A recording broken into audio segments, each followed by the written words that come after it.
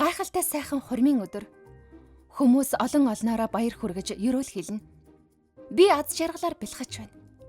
Баяр баясгалд умсан тэр мөчөд би зөвшөөрч байна уу гэж асуухыг сонслоо. Тэр хүн өгүүлбэрээ дуусгах шаардлагагүйгээр би аль хэдийн юу гэж хэлэхээ мэдэж байлаа. Би баяр хөөр дүүрнэр тийм ээ гэж хэлээд нүдэ анин уруулаа жимийн тэрний зөөлөн уруул миний төрхийг хүлээлээ. Гэтэл оронд нь мөрөн дээр минь цохиж уучлаарай. Уух юм авч болох уу гэхин тэр. Нүдэ нэтэл би тэр сайхан уур амьсгалд автан зөөгч хийж байснаа ч мартаад мөрөөдөлтөө согтчихсан байв. Дуу гарсан зүг рүү эргээд хартал хар дарсан зүү тишгэл юм боллоо. Эргэж харахтаа би барьж байсан хамаг уух юма тэрний хослол руу асгачихв. Уучлаарай гэж олон дахин хэлээд би тэр доор нь арчих гэж үзв. Тэр залуу амар бохимдож зүгээр орхиодох. Би өөрөө цэвэрлчихье. Чи болгоомжтой баймаар юм да гэд гарыг минь түлхэв. Би дахин уучлал гуйж хослолын хийн цэвэрлэгэнд өгье гэж хэллээ. Гэвч тэр миний хэлснийг тоосонгүй. Хослол руугаа хараад улам ууртаагаар би чамайг орхих гэж хэлээ үсттэй. Яагаад ойлгохгүй байгаа юм бэ гэлээ. За би туслах гэсэн. Намайг тэгээд яалах гээд байгаа гэд хэлж эхлэв. Тэрний чихнээс нь бараг л уур савстлаа уурлаад зүгээр л ажиллаа хийлдэ. Би дарагч нь байсан бол чамайг халах байсан гэдгийм байна. Энэ үед хормонд ирсэн бүх хүмүүсийн анхаарал тайз руу биш. Тэр тэнэг амтан бит хоёрлоо чиглэлээ. Юугүй хүлэн авалтын зохион байгуулагч хурч ирэн нөгөө мангараас хамаг байдгаараа уучлал гуйлаа. Тэгээд намайг өнөөдрийн ээлжнийхээ хагас цалинг аваад гэртээ хар гэж хэлвэ. Итгэмээргүй. Тэрнээс болж би 2 хоол 7 хоногийн унааны мөнгө алдчихлаа штэ. Навш гэж намайг тэнд загнуулаад зогсож байхад нөгөө залуу их л бахархалтай сэтгэл хансан шинжтэй харагдаж байлаа. Тэрнийг хараад гинт шар минь маш ихээр хөдөллөө. Нэгэнд халагдсан юм чинь одоо яасан ч ядгийн гэж бодов. Тэгээд би өөрийн мэдэлгүй ориглон дарс шүүрч аваад сайн сэгсэрч байгаад бөглөөг нь задлангуудаа нөгөө залуу руу шүршиж эхлэв. Тэгээд би харсан зүг рүүгээ гүйчихв. Хэр хол гэдгийг мэдэхгүй. Холол гүйсэн байх. Ам цангаад нэг балга дарс уулаа. Тэр зөөлөн орж байгааг нь бодоход үнтэй дарс гэдг нь ойлгомжтой. Ажлаа эрт дууснаас хойш нэрээ бэлгүүнтэй уулздаг чинь билүү? Уулзаагүй бараг сар болчихсон байна штэ. Мөнгө олох гэж би үргэлжил завгүй ажилдаг байлаа. Бүтэн цагийн ажил байхгүй ч энд тэнд жижиг ажил олж хийдэг. Тийм болохоор найзтайгаа уулзах цаг бараг гардгүй юм. Гэхдээ тэр минь их тайван, намайг ойлгодог сайн залуу. Үерхэл гэдэг чинь хизээл амар байлаа да. Байна уу?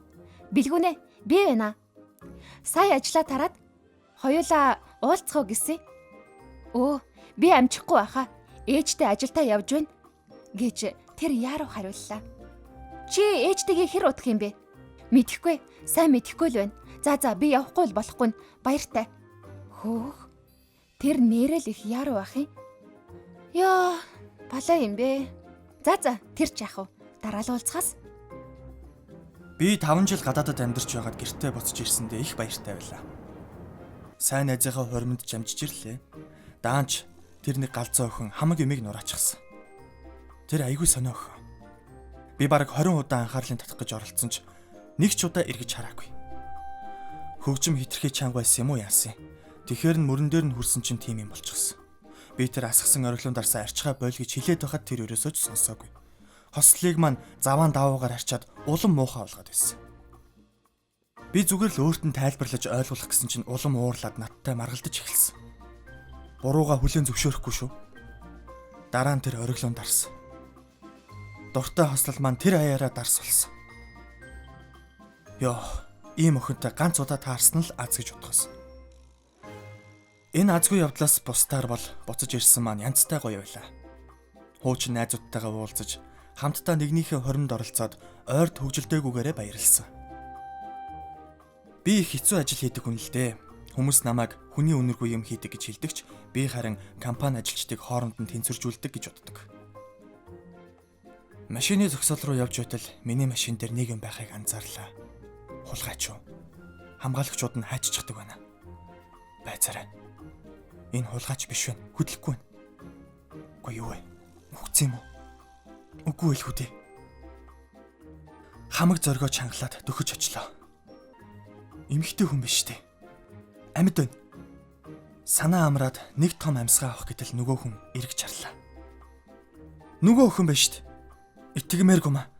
Тэр нөгөө над руу шүршээд байсан орилуун дарсаа ууз согтоод миний машин дээр тасарчихсан байна штт. Сэрэх гэж оролцсон ч тэр бүр тас усарч гэж. Сэрэх ямар ч найдвар алга. Жинхэнэ сюрприз үгүй юу? Ямар ч байсан машинаасаа буулгахаас. Буулгахад бас амаргүй байлаа. Би хүлээн авалтын өрөөлөө буцчиход хүн хайдал тэнд хинч байсангүй. Зохион байгуулагчийн дуудах гэсэн боловч хинч утсаа авсангүй.